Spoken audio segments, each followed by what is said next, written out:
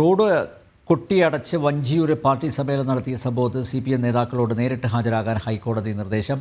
MV Govindan, Kadakampally Surendran, M Vijayakumar, VK Prashant തുടങ്ങിയവർ നേരിട്ട് ഹാജരാവണം. സെക്രട്ടേറിയറ്റിൽ ജോയിന്റ് കൗൺസിൽ നടത്തിയ സമരത്തിൽ ബിനോയ് വിശ്വം തുടങ്ങിയവർ നേരിട്ട് ഹാജരാകണം. രേഷ്മ ബാബു ചേരുന്നു. എന്തായാലും രേഷ്മ, ശക്തമായിട്ടുള്ള ഒരു നടപടി ആണ് ഹൈക്കോടതിയുടെ ഭാഗത്തു നിന്ന് ഉണ്ടായിരിക്കുന്നത്. നേതാക്കന്മാർ തന്നെ കോടതിയിൽ എത്തി വിശദീകരണം നൽകേണ്ടിയിരിക്കുന്നു. എന്താണ് കോടതിയുടെ നിരീക്ഷണങ്ങൾ, വിശദാംശങ്ങൾ?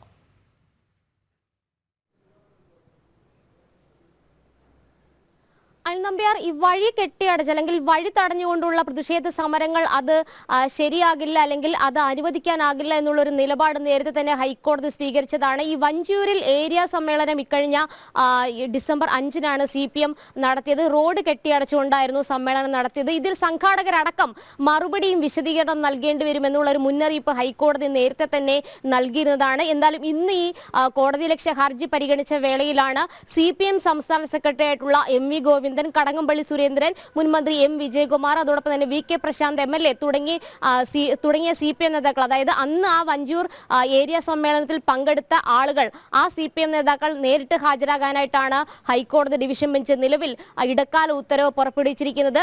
ഈ ഒരു വഞ്ചിയൂരിലെ ഏരിയ സമ്മേളനത്തിന്റെ തൊട്ട് പിന്നാലെ തന്നെയാണ് ജോയിന്റ് കൗൺസിൽ സെക്രട്ടേറിയറ്റിലും സമാനമായിട്ടുള്ള രീതിയിൽ ഒരു സമരം നടത്തിയത്. അതായത് വഴി തടഞ്ഞുകൊണ്ട് അതിന്മേലും ഹൈക്കോടതിയുടെ ഭാഗത്തു നിന്നും നടപടി ഉണ്ടായിട്ടുണ്ട്. അതിൽ ബിനോയ് വിശ്വം ഉൾപ്പെടെയുള്ള നേതാക്കന്മാർ നേരിട്ട് ഹാജരായിക്കൊണ്ട് വിശദീകരണം നൽകണമെന്നാണ് ഹൈക്കോടതി നിർദ്ദേശം നൽകിയിട്ടുള്ളത്.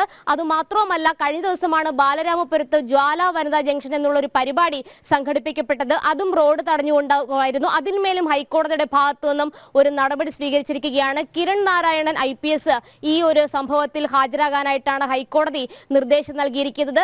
സമാനമായിട്ടുള്ള രീതിയിൽ തന്നെയായിരുന്നു കൊച്ചിയിൽ കോർപ്പറേഷന് മുന്നിൽ കോൺഗ്രസും ഒരു സമരം സംഘടിപ്പിച്ചത്. അതും റോഡ് തടഞ്ഞുകൊണ്ടായിരുന്നു.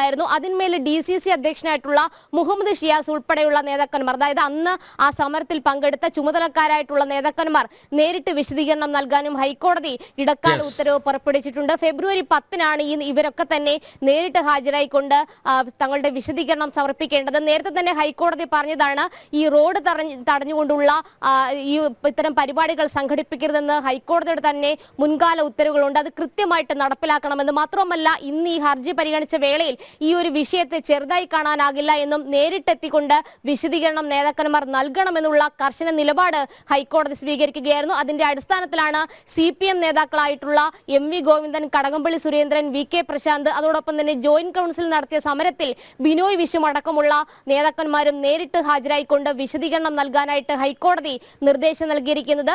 ഫെബ്രുവരി 10-ന് നേരിട്ട് ഹാജരാകാനായിട്ടാണ്. പാർട്ടി സമ്മേളനം നടത്തിയതുൾപ്പെടെയുള്ള സംഭവങ്ങളിൽ CPM നേതാക്കളോട് നേരിട്ട് ഹാജരാകാൻ ഹൈക്കോടതി നിർദ്ദേശിച്ചിരിക്കുന്നു. SP-യോടും നേരിട്ട് ഹാജരാകാൻ നിർദ്ദേശിച്ചിരിക്കുന്നു. MV Govindan, Kadakampally Surendran, M Vijayakumar, VK Prashant തുടങ്ങിയവ നേരിട്ട് ഹാജരാകണം. ബിനോയ് വിശ്വം ഹാജരാവണം.